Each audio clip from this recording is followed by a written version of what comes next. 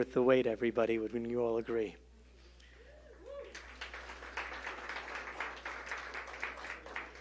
Mr. President, Dr. Adelson, rabbis, business leaders, officials, friends, and guests. My name is Yehuda Kaplun, and I'm privileged to serve tonight as your host for a historic evening. I want to thank all those who have made this event possible and who appreciated the timeliness and the importance of this event. And I would like to thank my associate Ed Russo, who helped and was instrumental in making this happen, my friend and partner.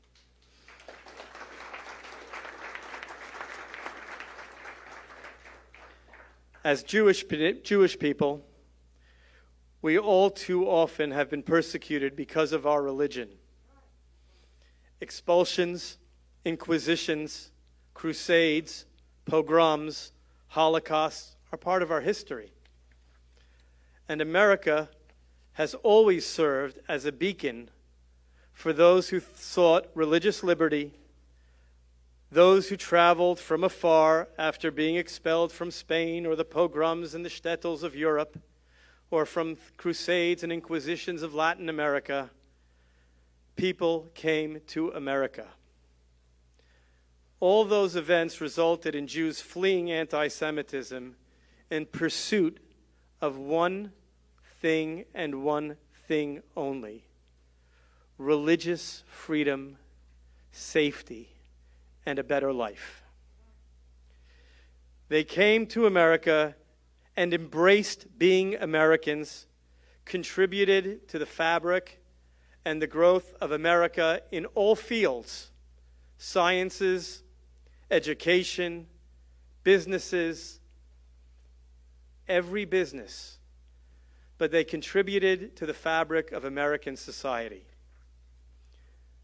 Today, we are currently witnessing a period where anti-Semitism is becoming the norm in America.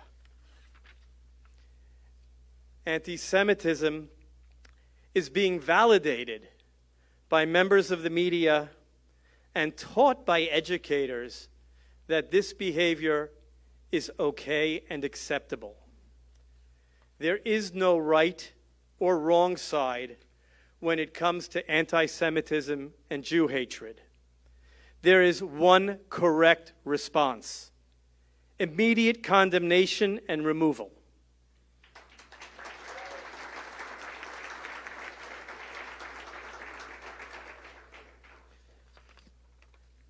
Tonight with us in the audience, we have a collective group of business leaders, of rabbis, former administration officials, influencers, educators, doctors, teachers of every profession.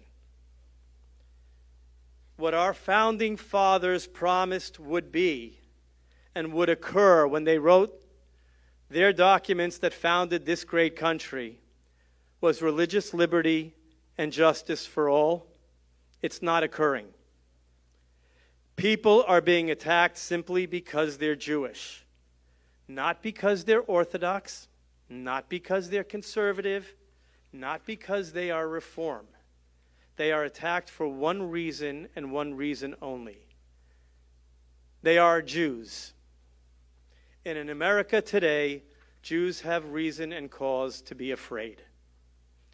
Images of college students in America being harassed by both professors and other students is an image that brings us back to 1933 and images of Nazi Germany. Today's event is historic in nature for the Jewish nation because there is a leader that is standing up to combat and condemn this type of behavior that has historically been uncondemned. President Trump has utilized executive orders to condemn and combat anti-Semitic behavior.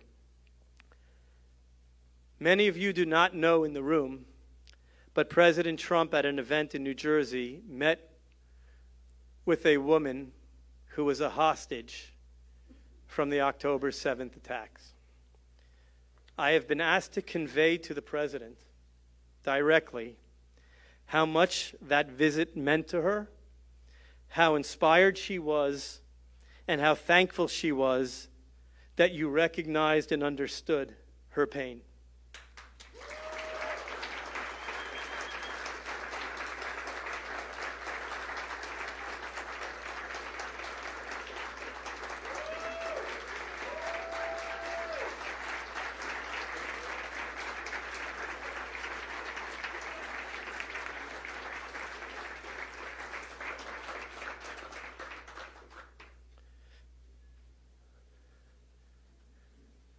To all of you in the room, October 7th is a date that will live in infamy.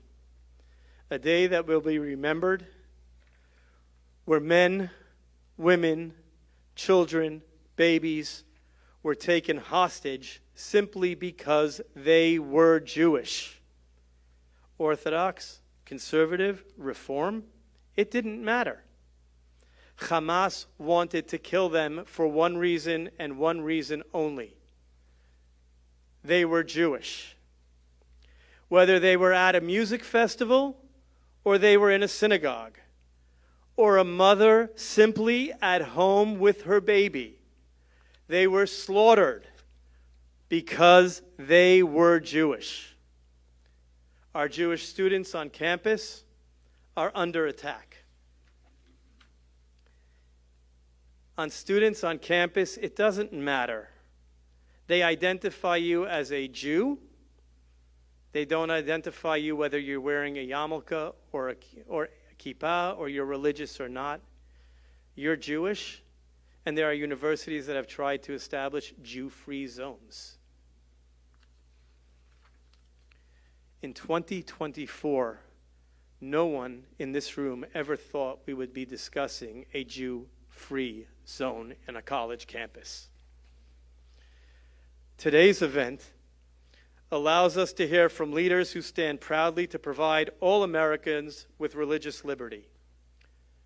The Grand Rabbi of Lubavitch, Rabbi Menachem Mendel Schneerson, advocated strongly for peace and tranquility only through strength. A policy of peace through strength is the policy that enabled President Trump, and assisted by many of the people who are in this room, to create what is known as the Abraham Accords.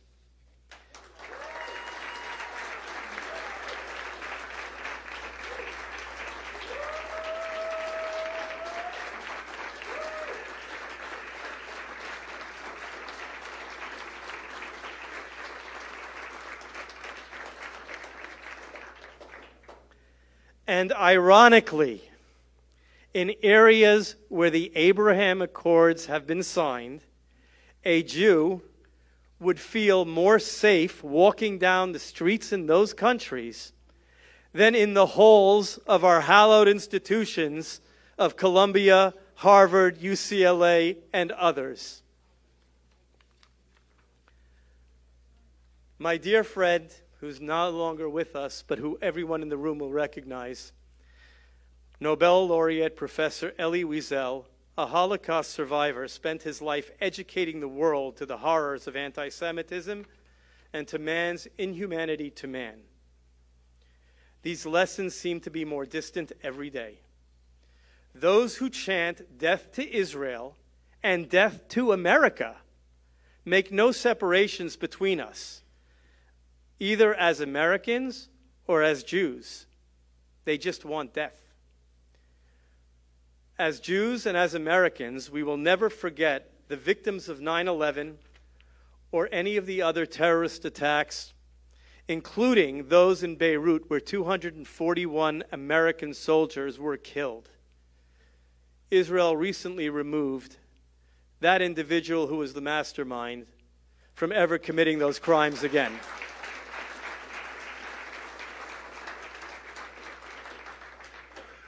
We will always remember the victims of terror here and abroad. As we move on with the program, I would like to introduce Dr. Miriam Adelson, but before I do so, I would like to share a story of her late husband of blessed memory, Sheldon, who told me late one evening, he told me a very interesting story, And one would think that it was for the history books, but yet it is something that is now very present. When my friend Sheldon took his father to his first Broadway show, Fiddler on the Roof, his father left in the middle of the show, and when Sheldon went to look for his father, he found him standing in the hallway of the theater with tears in his eyes. Crying, he told Sheldon, "Pogroms are real for me. I lived through this. I can't see this in a theater." Dr. Miriam Adelson, together with her husband of blessed memory, have educated and fought for the Jewish nation worldwide like lions. Programs that they have established include advances in sciences, the Birthright Program, medical research, educational facilities, treatment centers, and so much more. These efforts are part of the Adelson legacy of making America and Israel stronger and more prosperous countries. A tireless advocate for Americans, America, for the Jewish people, the Jewish nation. Please join me in welcoming Dr. Miriam Adelson, who will introduce our 45th president and our future president, Donald J. Trump.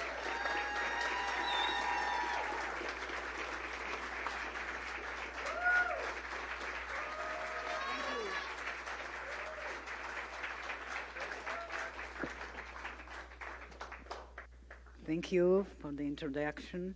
Thank you for mentioning Sheldon, who is always with me. You see, I'm still married to him. And shalom. Shalom, Mr. President. To say shalom now, you know what shalom means? Peace. And when we are blessing each other in Israel, shalom, how are you? We hear, I'm fine, but. Because everybody in Israel and all the Israelis all over the world are carrying on the shoulder the pain of the dead one, the pain of the soldier so young who died, the pain of those who are still alive somewhere in the tunnels. So we are all saying everything is fine, but, and this is a big but, the mood in Israel, people are going to restaurants, people are continuing life, as God said to Moses, tell your people, life and death I gave them, the good and the evil, and you choose life. So that's what the Israelis are doing with all the pain.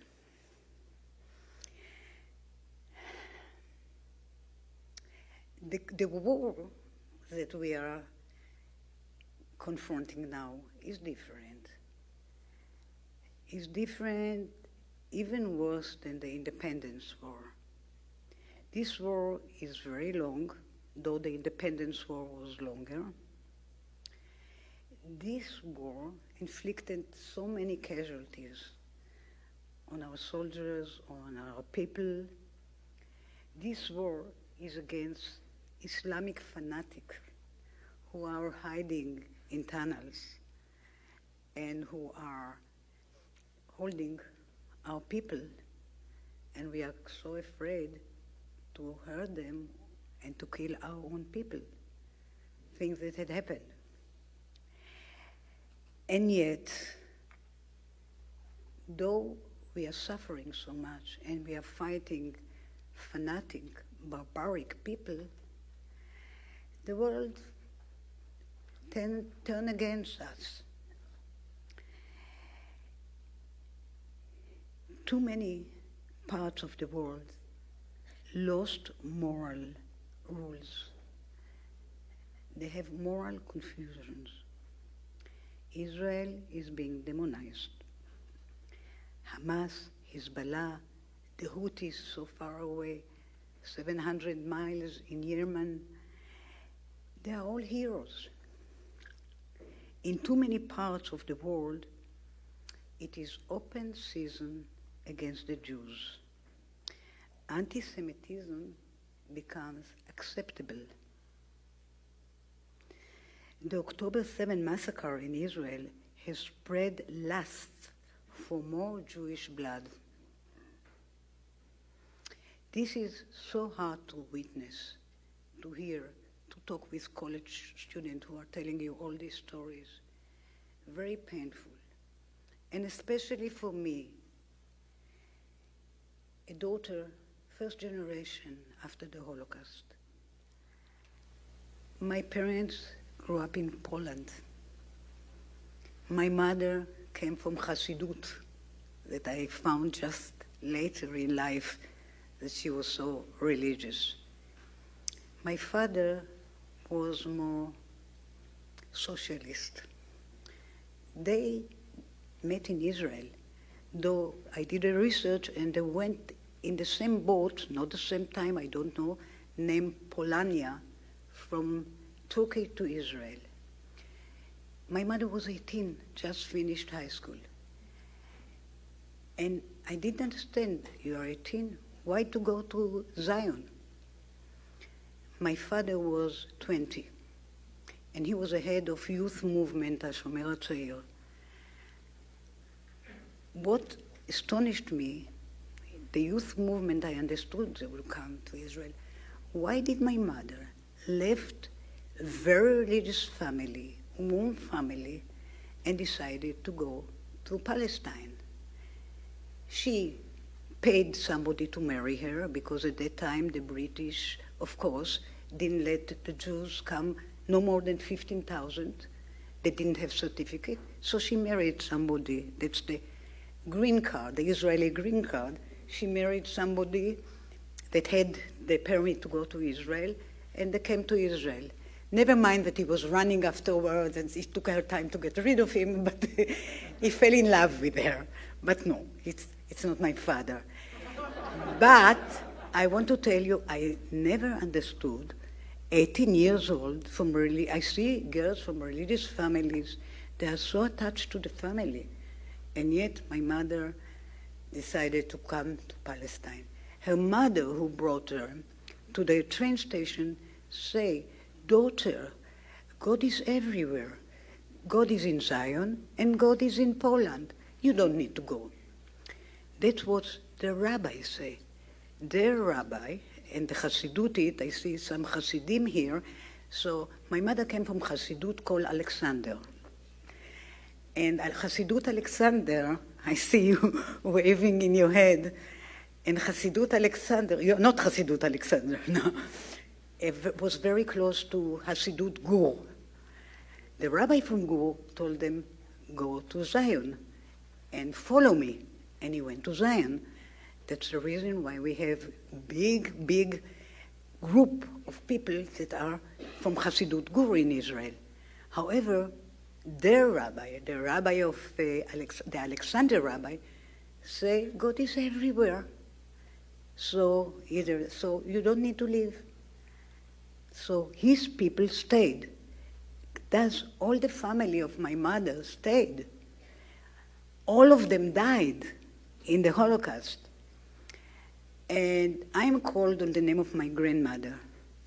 My grandmother, Miriam. And I never saw a picture of her. Never. Till a few months ago, distant cousin sent me a picture of her, all the family at that time. And she told me, the second from the left is Miriam, your grandmother. I was at that time at my clinic when I opened the computer, and I started to cry. I mean, suddenly I see Miriam, who looked very religious with peah, with a wig. And this was the woman that didn't survive. I never had a grandmother. Most of my generation didn't have grandparents. So for me to see it, and I asked my father, why did you come to Palestine? And he said, you know, if I wanted to go to college, they wouldn't let me sit. I have to stand on the side, like those people are sitting in the standing on the side. They wouldn't allow me to sit because I am a Jew. So I understood what is written, and I went to Palestine to see the freedom there. So we go back after all the pain that I'm witnessing. And by the way, I didn't know a lot about the Holocaust when I was young. Whenever I asked my mother, she showed me a small picture of her sister and cried. So all my generation didn't ask the parents. We didn't want them to cry. They lost all the family. I'm taking the watch, so I won't be too long.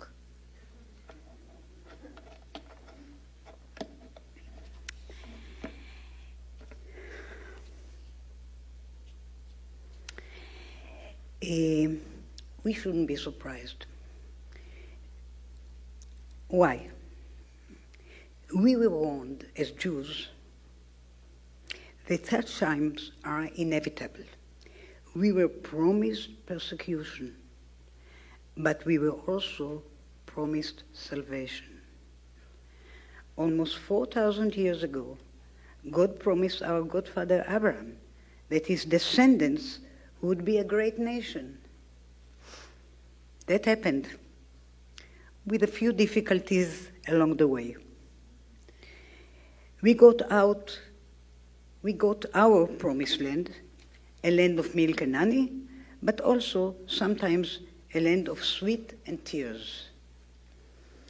And at Passover, we all know, and we recite it again and again, שבכל דור ודור קמים עלינו להכחידנו. That every generation, they rise up to destroy us, but the Holy One, blessed He is, delivers us from their hands. In other words, the Jews are the people of the promise. We believe in the power of public commitment, of closing a deal with handshake and mazal und brocha. Did I say it correct?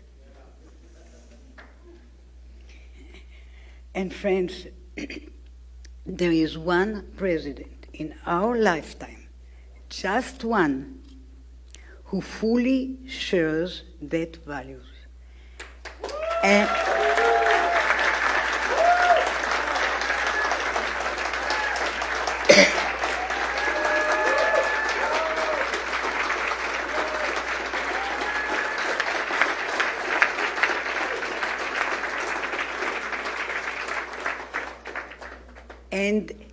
act on it. That president is Donald Trump. He promised to recognize Jerusalem and to move the embassy to Jerusalem. Promise kept. He promised to withdraw from Iran nuclear deal, and promise kept. He promised to bring peace between Israel and Arab nations. Promise kept.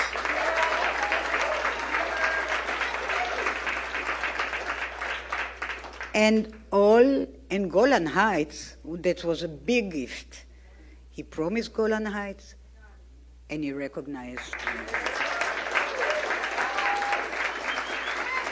And all of this he did in his first term while battling COVID pandemic, race riots, and the liberal media.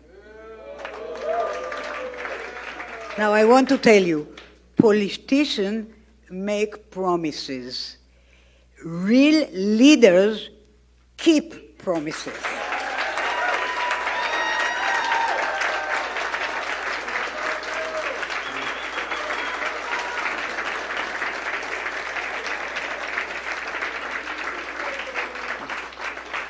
Which is why President Trump deserves the full support of the entire Jewish people. And of anyone who cares about Israel's security and prosperity. This must be our pledge to him. This must be our promise to him that the White House will be his again come January.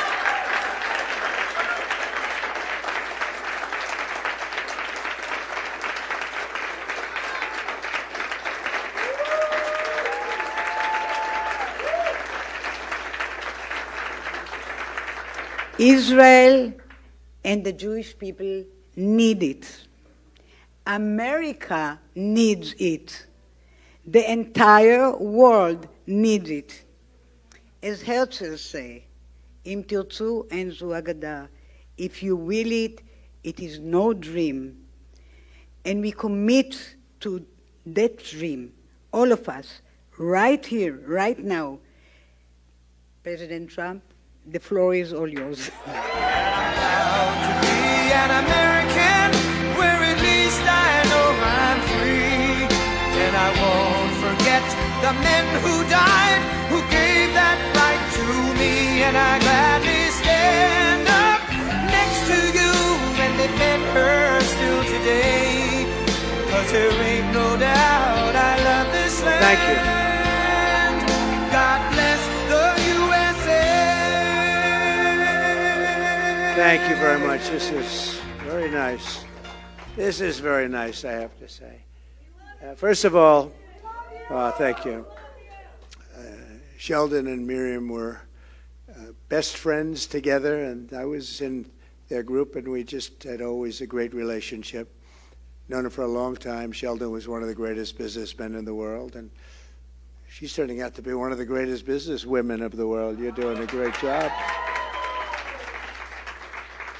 But I really, I have to say, Miriam, I watched Sheldon sitting so proud in the White House when we gave Miriam the Presidential Medal of Freedom. That's the highest award you can get as a civilian. It's the equivalent of the Congressional Medal of Honor, but civilian version.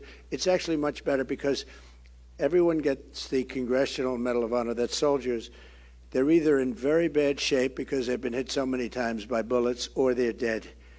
She gets it, and she's a healthy, beautiful woman. It's very... And they're rated equal.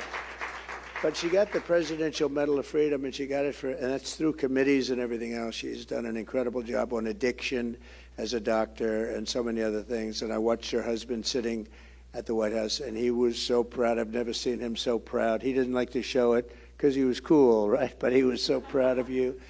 And they had a great love affair. They were just an incredible couple.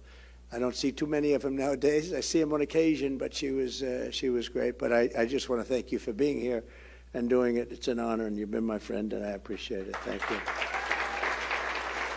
And thanks as well. This is a great group. I recognize so many of you and are friends with so many of you, and it's a very powerful group. I didn't want to explain that to Miriam until she finished speaking. I didn't want to do anything to intimidate her, but she can't be intimidated, so it wouldn't matter. But it is a powerful group and a powerful television group, too.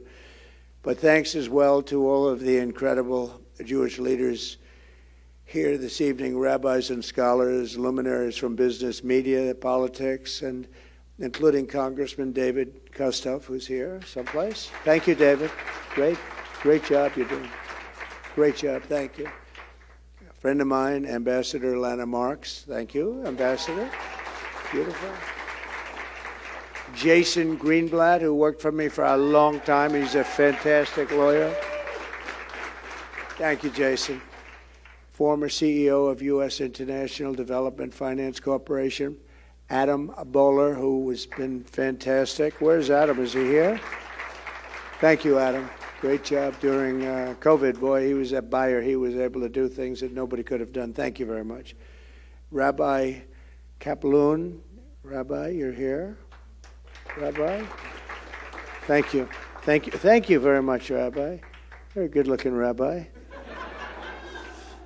Ed Russo, who's the greatest environmental scientist in the country. Where's Ed? I love Ed.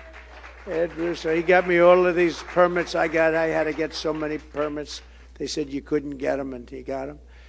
Mr. Lightstone. Where's Mr. Lightstone? Where is he? There he is. Thank you very much. That's great. Thank you. Keith Raboy. Keith Raboy. Hi, Keith. How are you? Jacob Hellberg, who's a friend of mine. Thank you, Jacob. A person I watch on television all the time. I'm not supposed to say this. Usually it's the end of your career, but she's beautiful. Elizabeth Pipko. That's the end of my career as a politician. It's true. Thank you. You do a great job on television defending all of the things that are going on. And thank you. Great job you do. And so many others are here that are just incredible people that I recognize and know.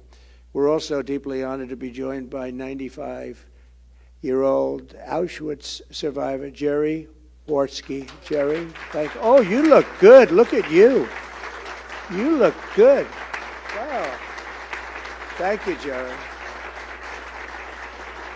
Thank you very much.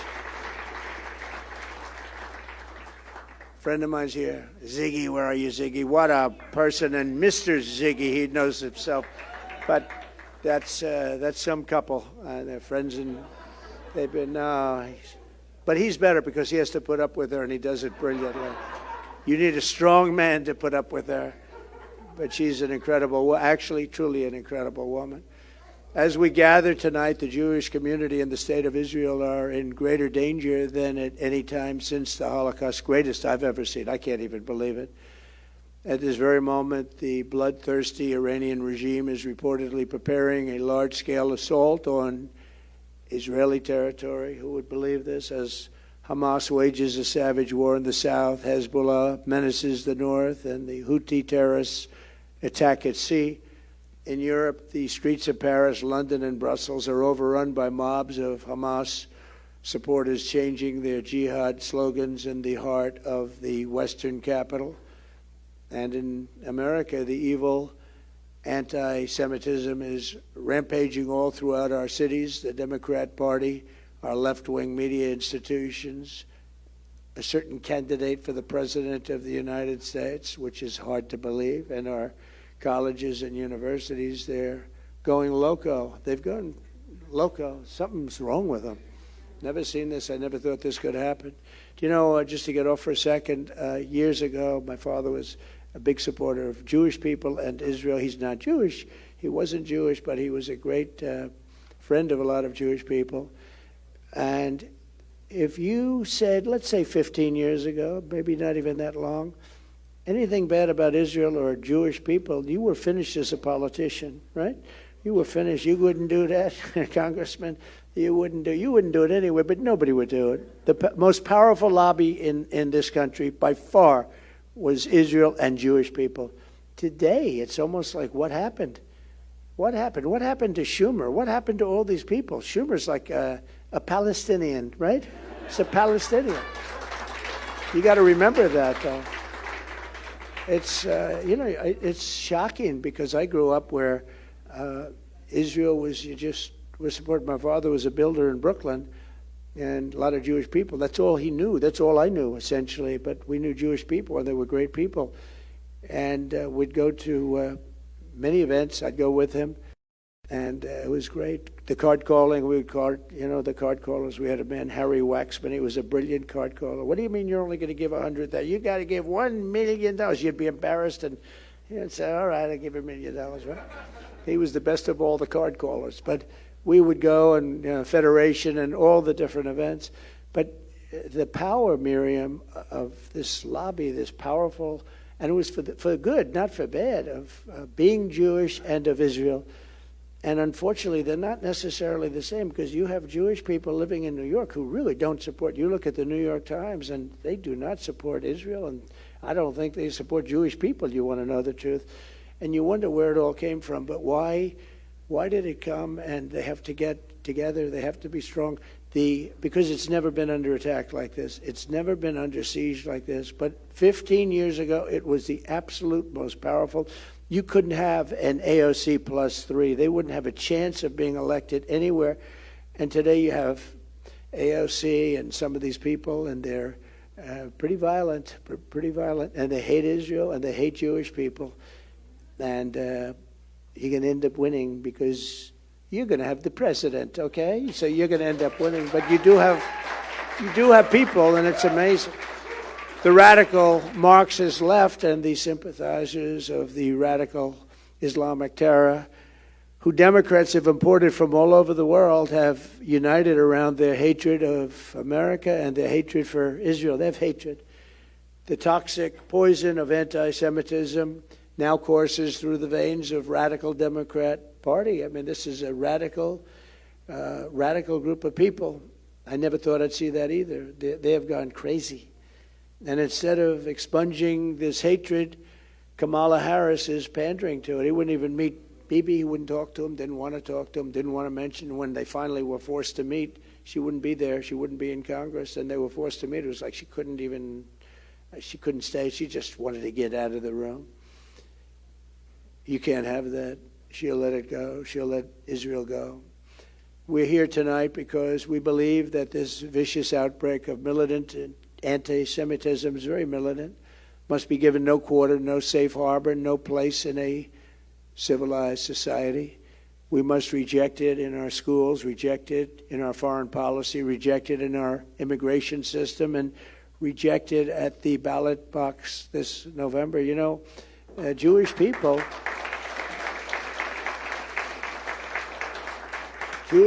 have to not vote by habit. You vote by habit for Democrats, and the Democrats are really against you now. If you look at what they're doing, they're absolutely against you. You have to stop. You have to be smart. People can't believe that. I mean, with all of the things, it was so nice that you read them off. But Golan Heights, the Abraham Accords, the biggest thing. I was talking to Sheldon. Before he passed away, he said the biggest thing you did was terminating the Iran nuclear deal. The problem is,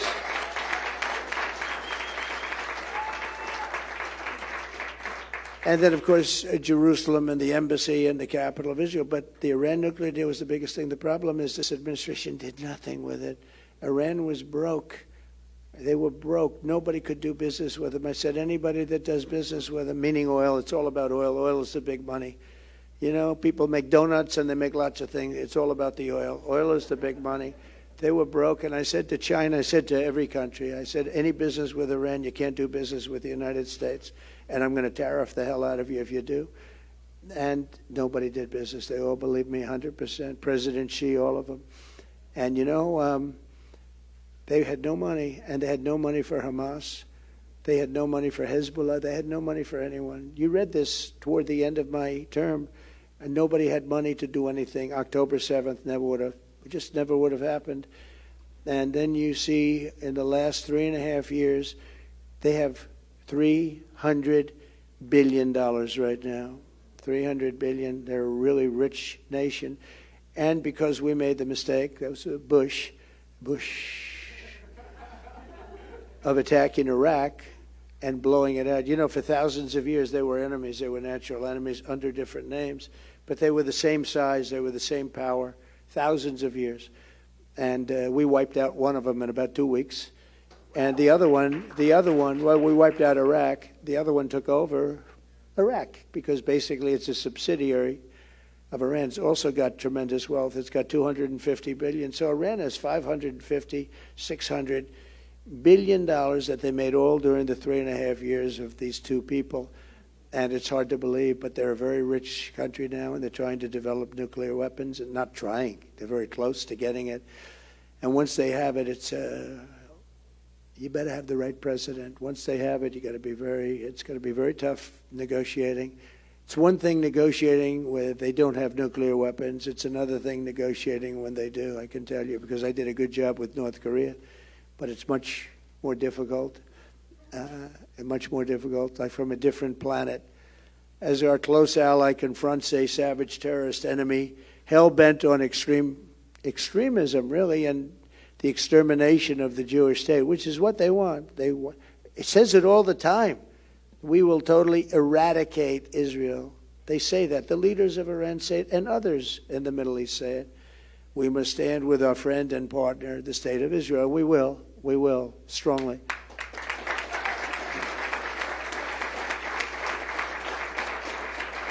And you'll be okay if you have the right president. You have the wrong president, like her, honestly, you don't have a chance.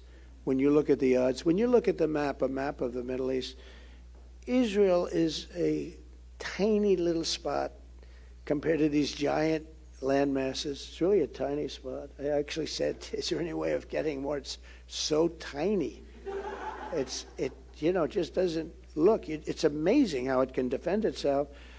But, when you look at Iran and you watch their armies today, I was watching their armies, they have hundreds of thousands of people. It's big. It's very big. And we gave it much more power by, I told them on Iraq, I said, don't go into Iraq and don't bomb it, but if you're going to do it, keep the oil. Well, we did it, and we didn't keep the oil. It used to be in the old days, to the victor belong the spoils. We don't do that. We go and bomb people and leave, and nobody knows what happened. What did we do? Like Afghanistan, the most embarrassing day in the history of our country was Afghanistan. We gave them $85 billion worth of equipment, lost 13 soldiers, but also 47 soldiers were obliterated. No legs, no arms, the face. And such stupid people. That would have never happened. None of that would have ever happened. We wouldn't have inflation. We wouldn't have had the Israeli attack. We wouldn't have the Russian attack on Ukraine. None of it would have happened if we didn't have a bad election. Even though we got 12 million more votes than we did before. We got many more votes than we did. We did much better in 2020 than we did in 2016. But all of that took place in a short period of time. But we must declare that without hesitation that what happened to Paris and happened to London, have you seen what's going on? And what happened to Europe will never happen here. But it is happening. It is happening. They say that going to the Democrat convention next week are going to be hundreds of thousands of people that are opposed to Israel. It's their big problem. That's their thing. And not even believable, but hundreds of thousands they're projecting right now. Hundreds of thousands. That's a lot. We will not let a jihad. There will be no jihad coming to America under Trump. I can tell you.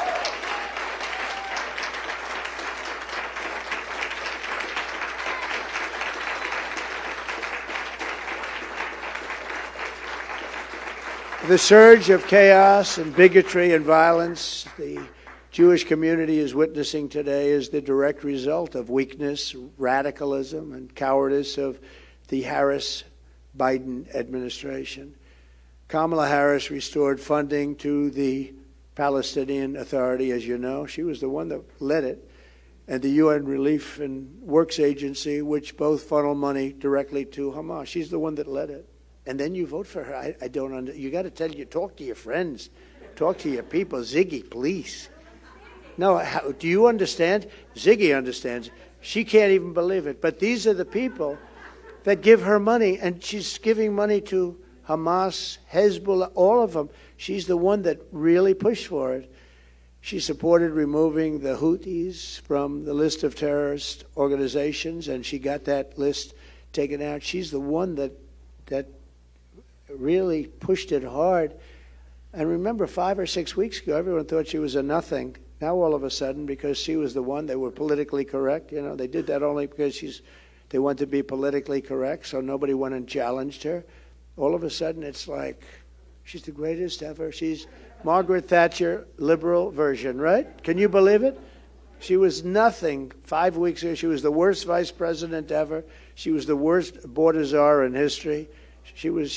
Now she says, I wasn't the border czar, but she was in charge of the border. She did a horrible job.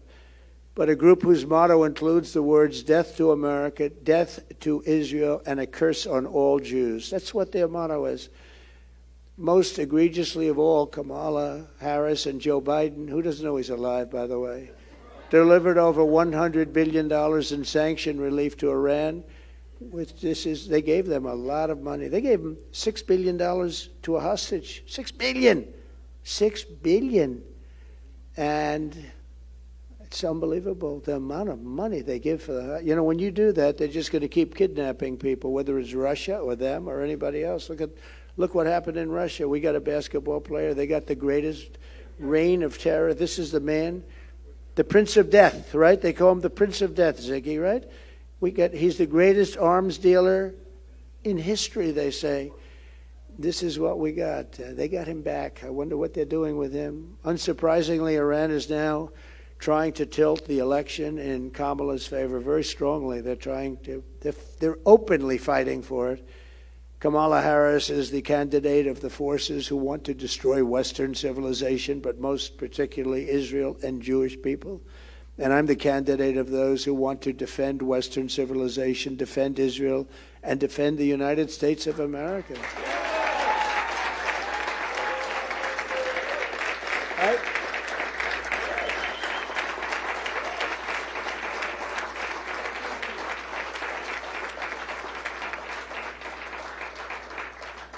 Kamala, I really don't call her Harris because nobody knows who Harris is. You say to people, Harris, who the hell is Harris?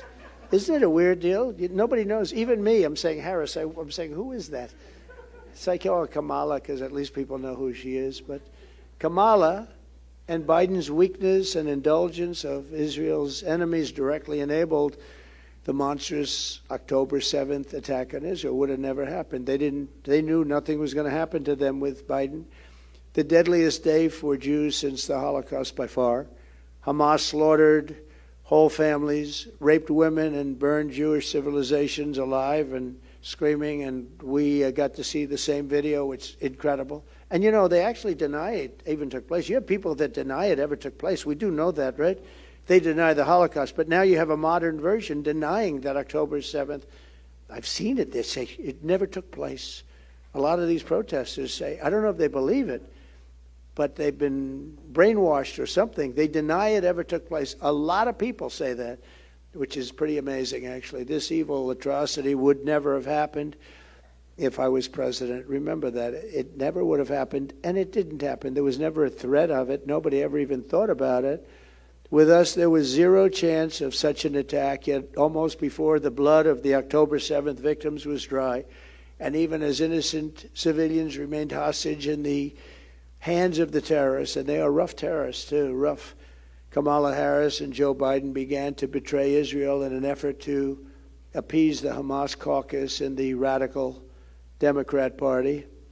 From the start, Harris has worked to tie Israel's hands behind its back, demanding an immediate ceasefire, always demanding ceasefire. It's incredible, like they never saw what happened.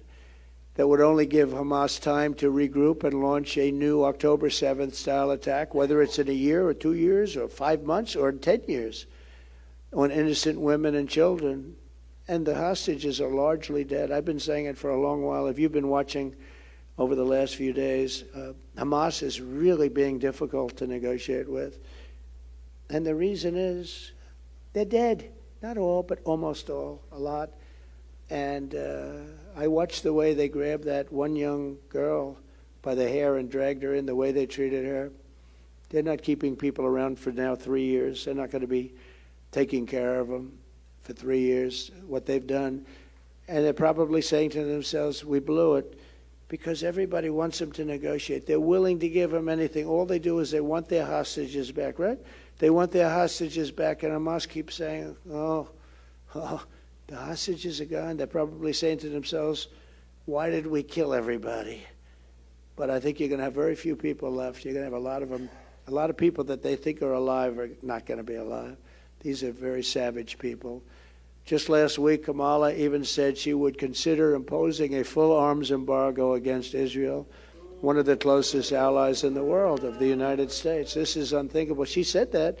She wanted to impose an arms embargo on them like they did nothing wrong. It's not believable.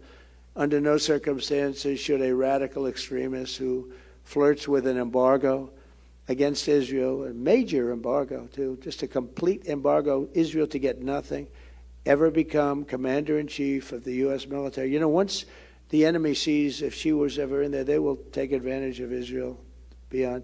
The biggest strength that Israel has is they know that, like with me or somebody else perhaps, but fewer and fewer people, but they know with me that they have total protection. They will not know that if this other one gets in. They almost know certainly that they will have no protection, and that it will almost considered a benchmark in the people that she's dealing with. This is a radical left lunatic that we have running for office, and I'm trying to brand her as such, because if I don't, they get a lot of support. They get a lot of money coming in from lots of bad places.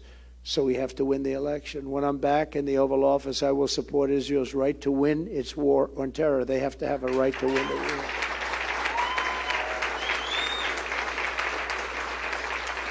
Thank you. And I will give Israel the support that it needs to win, but I do want them to win fast. Wouldn't it be nice if they could win fast? And we have to let them win fast.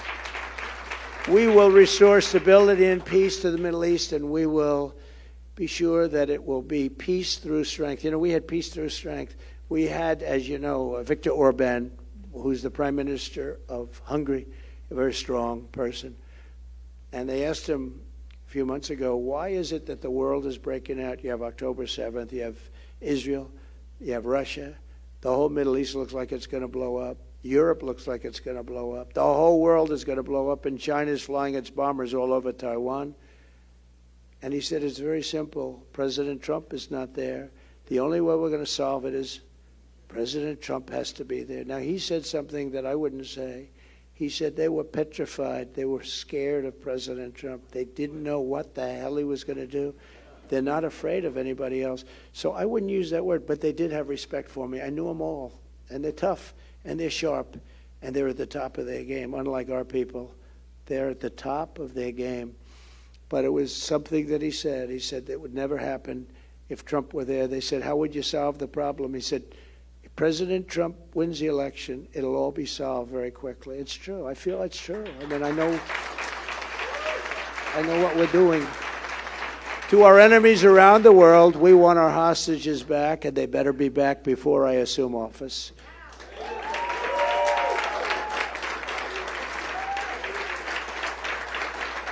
Too bad. Too bad, because so many are gone. You know that. I think most of the people in this room. I watched some of the mothers in Israel saying, my son, but I haven't heard, in 2 years. They have no idea. They're not going to get a good answer. You understand that. It's a very, very bad situation.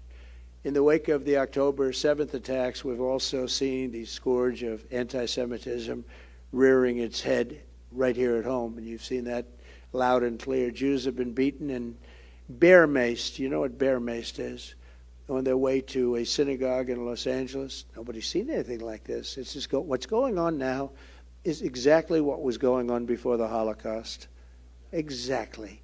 Jewish American businesses have been vandalized, and we've heard chants of death to Israel and death to America, and we've seen the prominent liberals repeat genocidal slogans from the river to the sea. That's not a good slogan. People thought, oh, what does that mean? That is not a good slogan. That's a really bad slogan. Instead of aggressively confronting these venomous anti-Semites in her party, Kamala Harris has maneuvered for their support. She said the radical demonstrators on college campuses were, quote, showing a human emotion. Oh, that's wonderful, isn't it? Human emotion. When a mob of terror supporters in Washington, D.C. tore down the American flag in front of the Union Station last month, set it on fire, and hoisted the Palestinian flag while assaulting police officers and spray painting magnificent works of art, saying Hamas is coming. On a public monument, the Harris-Biden administration dropped all charges against almost every single one of them. I think every single one, but almost every single one of them. When you spray paint over these magnificent works of art, and you spray paint red paint on limestone, what I was best at is building. When you hit limestone, it's very porous stone, beautiful stone, but very porous. You'll see that in 100 years, you're going to see that. It goes deep into it. You're never going to take it out. And nothing happened to them. Kamala has long embraced the extremists in her party because she's one of them. She's an extremist, not a smart one. She's not a smart person, but she's an extremist. She defended the infamous anti-Semite Ilhan Omar, beautiful person. and fought to keep her on the powerful Foreign Affairs Committee. I mean, she's on the Foreign Affairs Committee, which is, and all these other guys are afraid to act because of it. When a college student accused Israel of ethnic genocide, Kamala said that she was glad that the student made that comment. She was very happy that she actually said this. Now she'll be denying everything, although I don't think she will, because they do have big numbers. You know, they probably have bigger numbers than you have, we have. Likewise, her running mate, Tim Walz, he's worse. He's bad, not as bad as her, has praised a Hitler-supporting radical Muslim imam named Azad Zaman, calling him a master teacher. He's a master teacher. He knew him for a long time. He's a master teacher. If Kamala Harris and Tim Walz are elected, the radical left flag burners and Hamas sympathizers will not just be causing chaos on our streets, they'll be running U.S. foreign policy in the White House, and Israel will be gone. It will be gone. I never thought I'd say that a year ago, even 2 years ago. I never thought I'd say it. But Israel will be gone, I believe. And remember, everything Trump said was right. Do you ever see the sign? Everything I said was right. I actually think it's true. It's common sense. You know, we have the party of common sense, right? We have you talk about it. It's the party of common sense. It's going to be gone. These people hate Israel. They assume they hate Jewish people, but they hate Israel. And I think it will be gone. It's very fragile right now. You know, they're fighting on now 3 fronts. It started off on one front, but they don't have enough people to fight on all 3. And then you see these vast army of millions of people with hundreds of billions of dollars of cash in the bank, and they go out and hire soldiers of fortune on top of everyone they have. You can't fight that very easily. We must not let any of that happen. You must vote this November. If Kamala wins, terrorist armies will wage an unceasing war to drive Jews out of the Holy Land. They will do that. Iran and its proxies will spread bloodshed and death all around the globe. And as she continues to set the world on fire, and I understand her well, I've seen her well, I've studied her now, I have to study her, because unfortunately, by winning the debate so decisively, he got out. A friend of mine said, "You did a horrible job." What? He said, "Well, actually, you did so well that there's no way he's going to be able to survive that shellacking." And I said, I called him up last week. I said, "You are right. But we should do just as well against this one, and better maybe in certain ways, because, we have to define her. We have to let people know. You have to let people know, because she failed to bar exams immediately. Maybe, did anybody in the room fail their bar exam? I know Jason did. Jason Greenblatt did. I know that. But Kamala Harris will support unlimited migration from terrorist hotbeds into the United States. When I'm president, we will deport the foreign jihad sympathizers, and we will deport them very quickly, and Hamas supporters will be gone. If you hate America, if you want to eliminate Israel, then we don't want you in our country. We really don't want you in our country. I will ban refugee settlements from terror-infested areas like the Gaza Strip, and we will arrest the pro-Hamas thugs who vandalize federal property and make really life very, very difficult in this country for a lot of people. I will put every single college president on notice. So we just lost another one today from Columbia. How weak, how pathetic are these people? How weak are they? Can you imagine these people running these colleges, and they're afraid to say anything even slightly negative to these groups that want death? The American taxpayer will not subsidize the creation of terrorist sympathizers on American soil. It won't happen. Colleges will end the anti-Semitic propaganda, or they will lose their accreditation and every single last penny of federal support.